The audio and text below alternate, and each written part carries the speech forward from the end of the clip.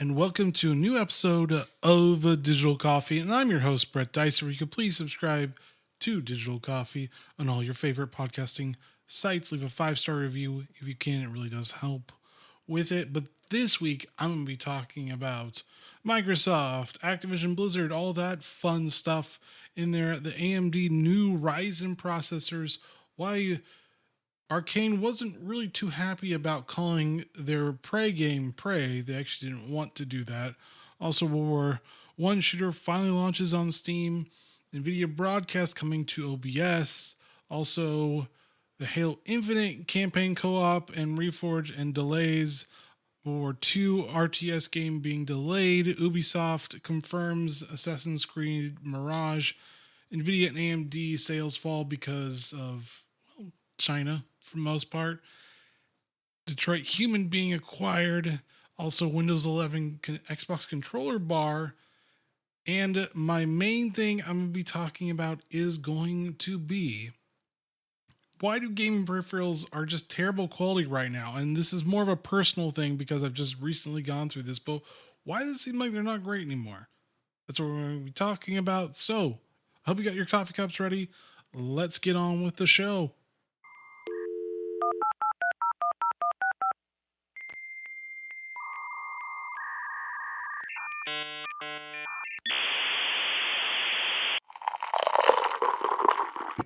That's good.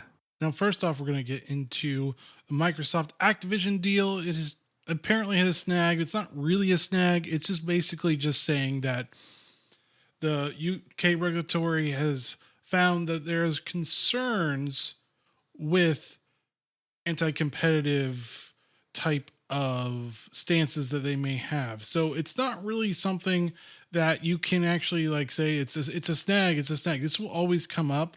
There's issues with that. So it will always come up with this type of issues when we're talking about when a big company's going to buy another big company and there's issues with competition within the industry. But make no mistake, this is still completely fine. There's nothing wrong with this whatsoever. So if you have that type of a thing, don't worry about it. It's just in a review. This always goes through hurdles to try to make sure that when a company's buying another company, there is no basically monopolistic tendencies or monopoly going to be forming in the long term. Will this really happen anytime soon? No. Embracer Group is still number one. I think Microsoft or Xbox is going to be number 3 with the Activision deal. So there's still nothing really going to be that big of a concerning. Plus, we also have EA as well. Whoever buys them, well, that's really going to not really, it's going to be up to whoever's going to buy them. It's not going to be Amazon apparently, or we're not going to see it anytime soon. There's probably still going through the deals in what they're actually going to be wanting because EA's got to make their shareholders happy and vice versa for Amazon. Even though that could be a very interesting acquisition, that's not going to happen anytime soon. All right, moving on to Call of Duty and Diablo. And it looks like once the Activision Blizzard deal is finalized, it has been confirmed that they are going to come to Game Pass. So this could be an interesting thing where Game Pass looks even more lucrative because you're not spending the $70 to $100 on Activision game or their only game really, because they don't really make any more games besides Call of Duty. Also with Blizzard games, you may not have to buy Diablo or anything like that as well. Or I should say you won't be able to have to buy the base game. Usually you'll have to buy, if you want the premium side of it, you'll have to actually purchase it, but you can purchase it at a discount.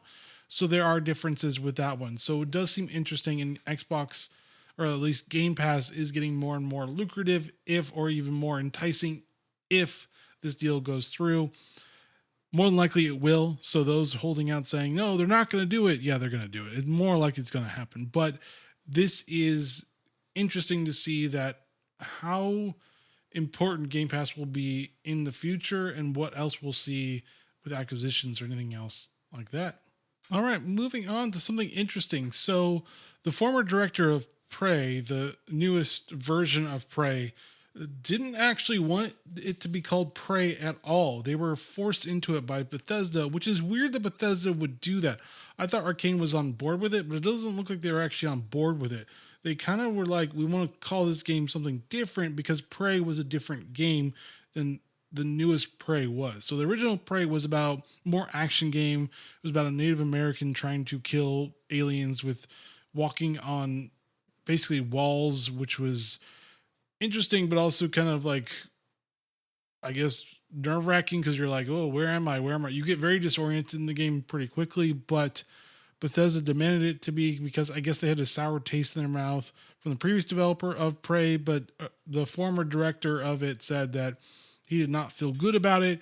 It was basically a slap in the face for them, and they felt bad for the original developer that did work on Prey 2, but it never actually happened. They felt bad because they took their IP, even though they were forced to take their IP. So it's very interesting to see why they did that, because it doesn't really make much sense why they would do that. Why would you take another IP and try to, like, I guess, hamstring it in there? Because people already have, for the most part, understanding about what Prey was, and this Prey was completely different from what it originally the first and second one might have been. So it didn't make much sense, but I guess they were trying to salvage the brand or the IP, and so they wanted to shoehorn it in with this, but apparently it might have actually hindered sales of the game that was called Prey. So I think what they should have done in hindsight is actually just make it a new IP and then figure out what to do with the IP of Prey, which was more of a, or they could have more lended into more of a Doom type game, but do something different to distinguish itself from it, but not make it like this. It all seemed very weird, but now I understand fully why the decision to make it this game Prey, or the title Prey, was all Bethesda and trying to salvage an IP. All right, moving on to AMD and their unveiling of their new Ryzen processors. So it was very interesting to actually watch a 30-minute video or 33-minute video on it. So their new one is going to be similar to what Intel's doing. It's on the same socket of it. It's going to be the AM5 platform. The good news is it's going to be supported until 2025. So you do have some time to actually keep on using the same thing. Unlike Intel, that every time they come out with a new processor, you have to get a new motherboard, which I always thought was a weird thing to do, and I don't understand why they keep on doing that. It's just a waste of money for a lot of people, and that's why people don't upgrade as often on Intel. But anyways, this is going to be released on the newest platform, so DDR5, PCIe 5.0. It's going to have it's going to be on the 5 nanometer, so it's going to be the world's first 5 nanometer PC processor.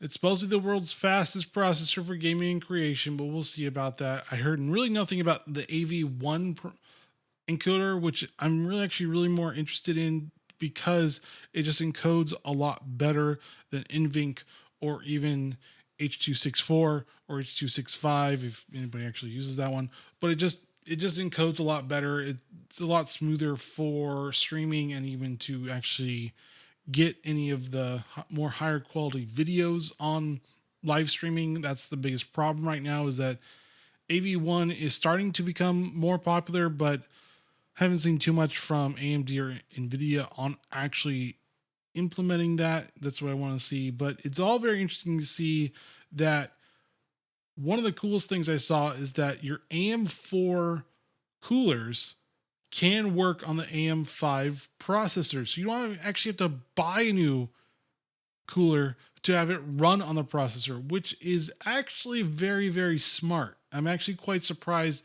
that they at least did something backwards compatible, which amazes me as always, because once again, Intel, you have to buy everything new. You cannot use anything old because it just won't fit. But AMD, at least for their part, tried to make something from AM4 work with the AM5 socket, and that's your cooler. So if you're looking to upgrade and you still have an AM4 cooler, you can still use it for the AM5 processors.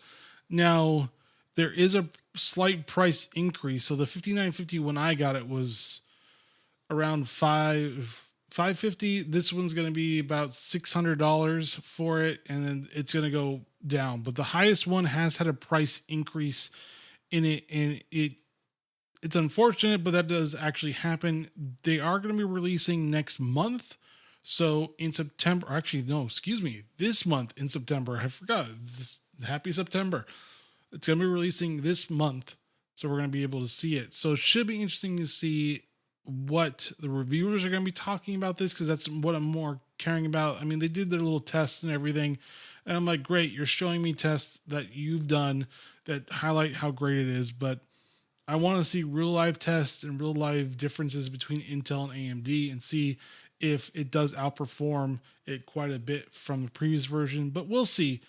I'm not really quite sure about that one yet, but I am very convinced that this is still going to be another great processor from AMD.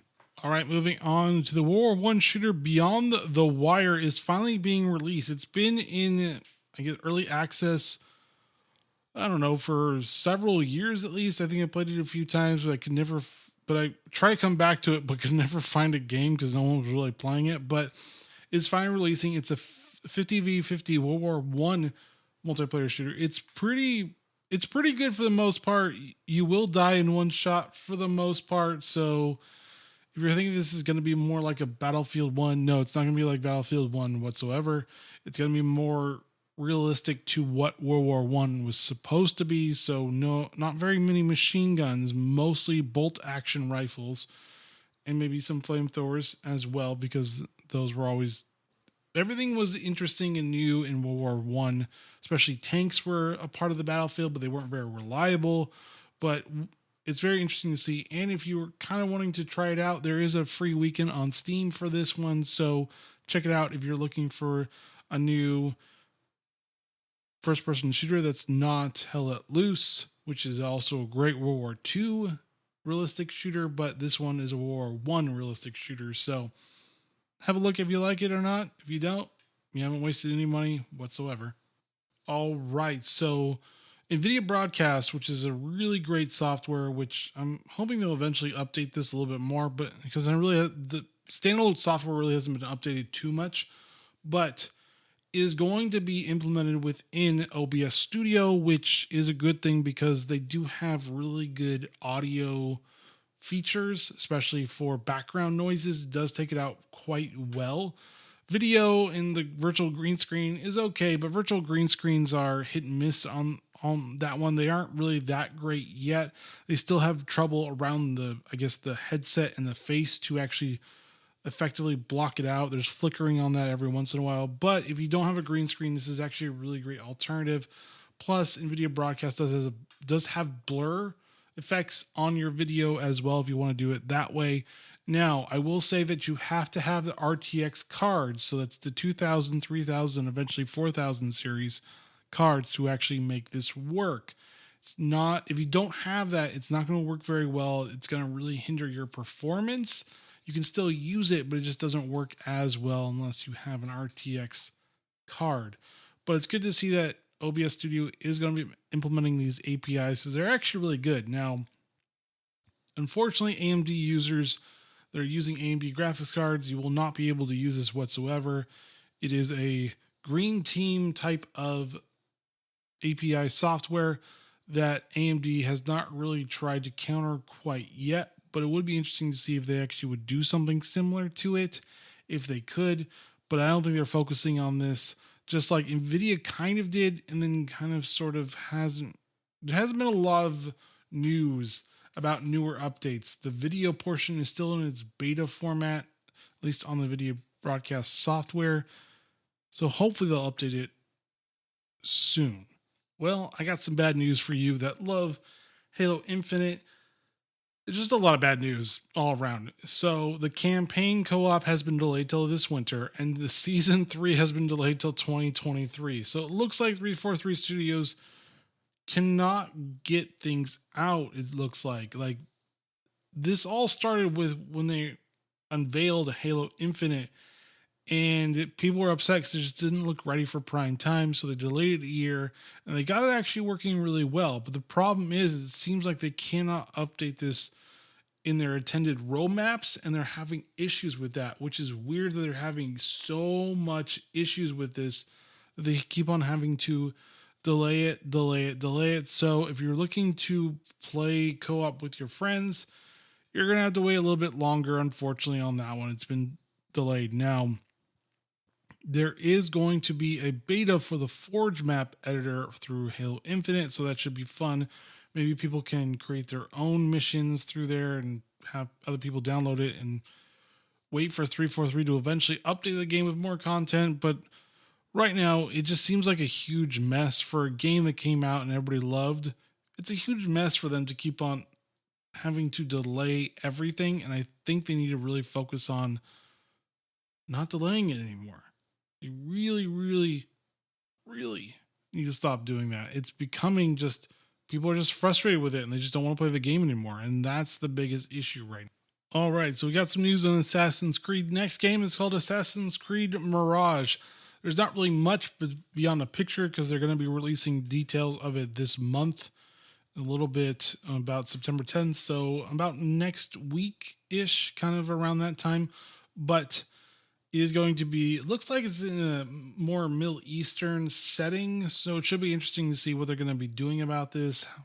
What's going to be, is we're going back to the Crusades? Are we going a little bit farther back in time around maybe the Persian Empire or the Babylonian Empire? Not really quite sure what they're going to be doing with this one, but right now, this is all we really have. It's called Assassin's Creed Mirage. So expect it to be somewhere around the Middle East, maybe Africa, around those parts of it. I don't think you're going to see this in Japan.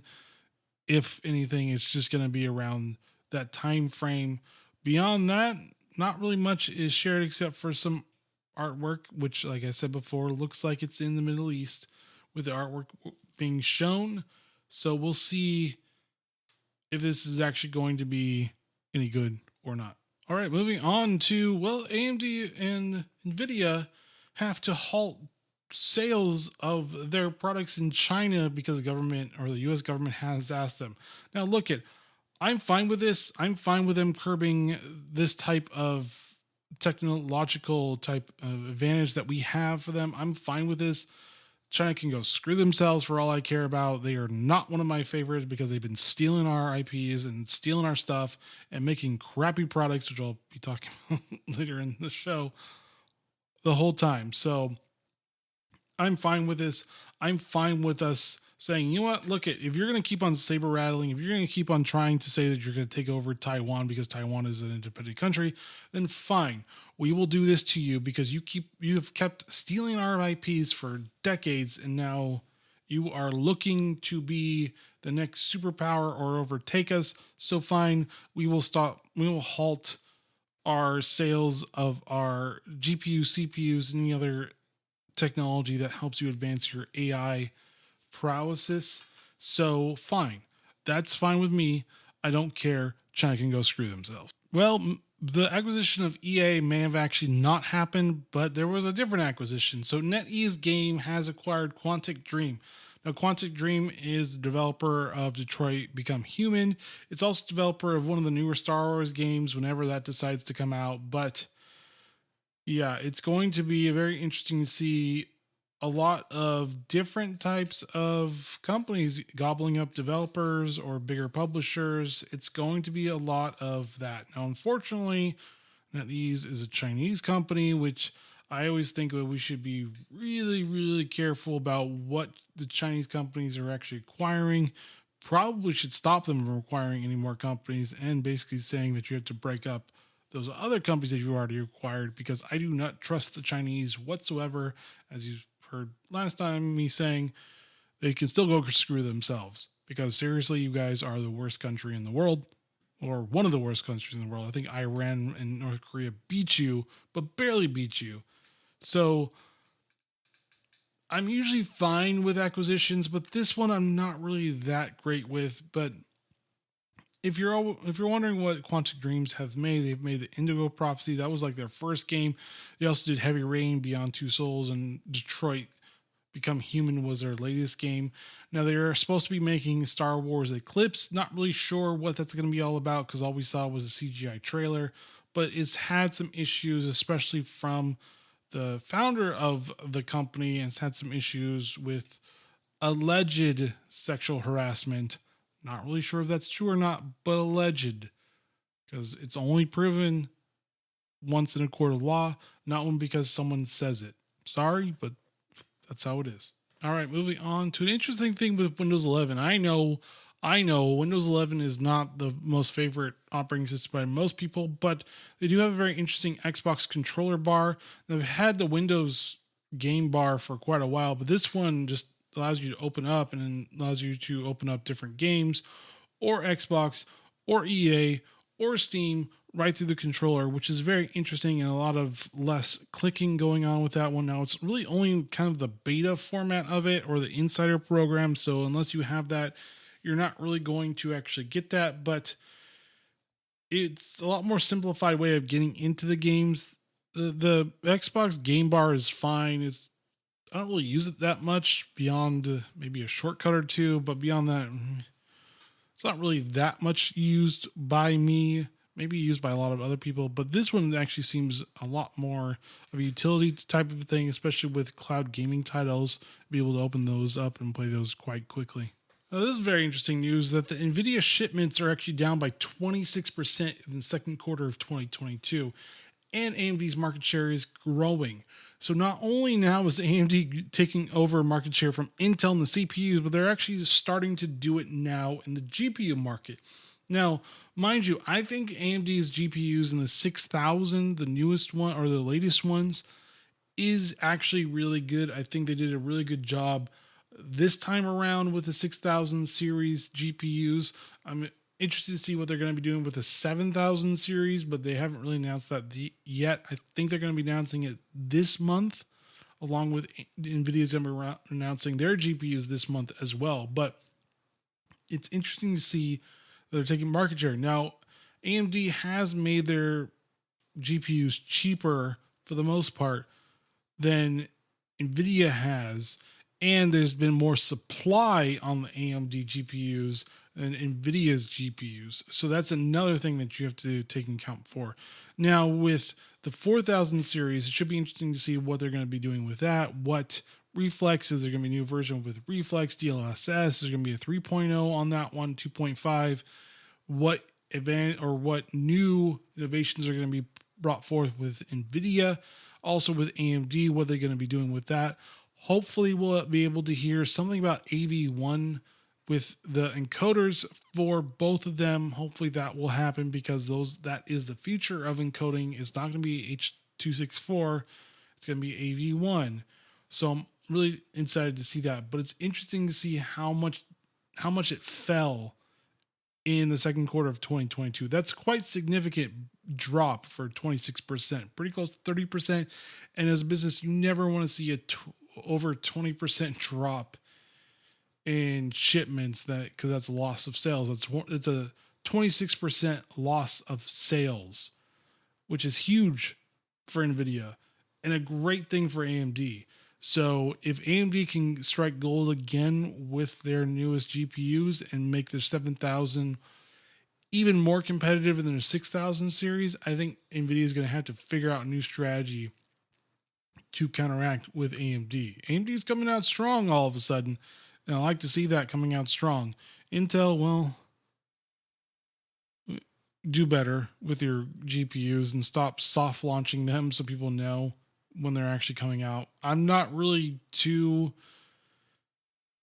hopeful about their GPU line. I think they got a lot, if they're actually going to stick with it, they got a lot of things to learn, but we'll see what AMD is going to be, or Intel is going to be doing on that side.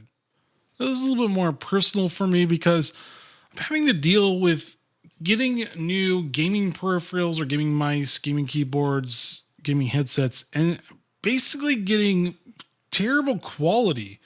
It's been happening for the past 2 months, and it's really weird. Like, I've never seen this actually happen, for me at least, where it's been so bad that I've had to return things and get something else because it's so bad. First off, I got a Corsair gaming mice. It's a wireless one. The mouse wheel broke. Like, wouldn't do the mouse wheel thing. I don't understand why it wouldn't do it. It was only a week old. mind you. I only had it for a week and it broke. Had to return that. Got a Rocat mouse. It was very lightweight and everything. Had Nvidia reflex and all that other stuff. Huge lag input. Don't know why there was huge lag input. Had to return that. Also got a new keyboard. That was actually fine. That actually didn't do anything. Actually was one of the few that still works. Got a new Rocat one. Had it for now about 2 weeks. Works fine. Got the SteelSeries Nova Pro Wireless, a $350 headset.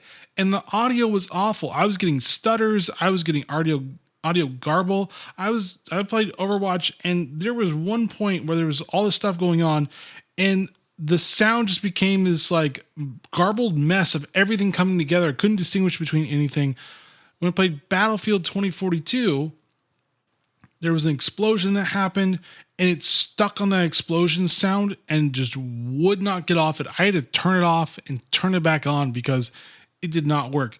I went through all of their troubleshooting, and I thought the Asus Sonic Studio was the problem. Was not the problem at all. The weird part is that SteelSeries Arctis Pro Wireless was a better one that worked far better than this one. So I'm going to be going to the HyperX Alpha Wireless one, the 300 hour one is cheaper too.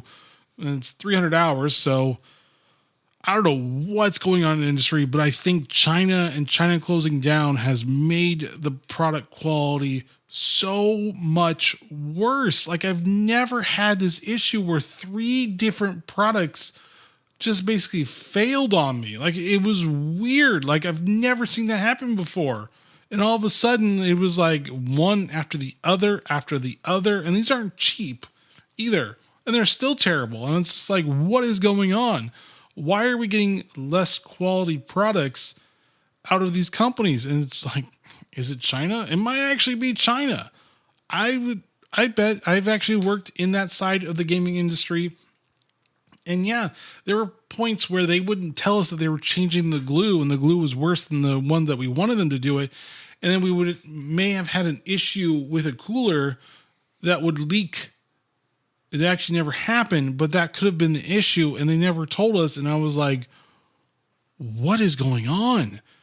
But yeah, it's just, I don't know what is going on. I mean, 2021 was just terrible game releases. Now 2022 seems to be like terrible hardware releases, or at least terrible hardware that doesn't work very well.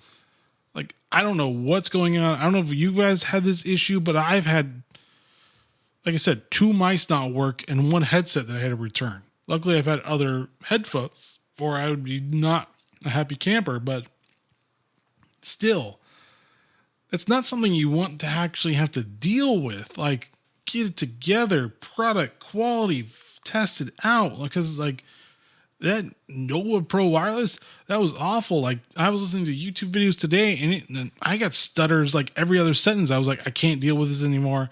I've tried to deal with this. Luckily, AMD or Amazon allowed me to return it because I was like, look, it's dead. Like, it's defective. I cannot do anything. I've done all the troubleshooting I can. It is defective. Like, terribly defective. But yeah, lesson learned. Not getting SteelSeries again. I didn't really want to anyways. This was just a convenient way of getting rid of all SteelSeries stuff. But yeah, it's getting worse. I feel like it's getting worse. Like, it used to be where I got a new thing and it would work and I just never have a problem with it. But now it's just like I have to like pick and choose. Is this one going to die on me or not? It's getting bad. Yeah, I'm not enjoying this. $350 headset should work, and should work rather well. Did not work at all. No, nothing. Have you had this experience? I really, really like to know, but that's the end of it. I know your coffee cup is empty as mine is, so we're going to have to say goodbye, and thank you for listening to Digital Coffee. As always, please subscribe to Digital Coffee on all your favorite podcasting apps. Leave a 5-star review if you like this podcast. And join me next week to talk about what's going on in the PC gaming industry. All right, guys, stay safe. Hopefully you got your PC or gaming hardware up and running well. And see you next week. Later.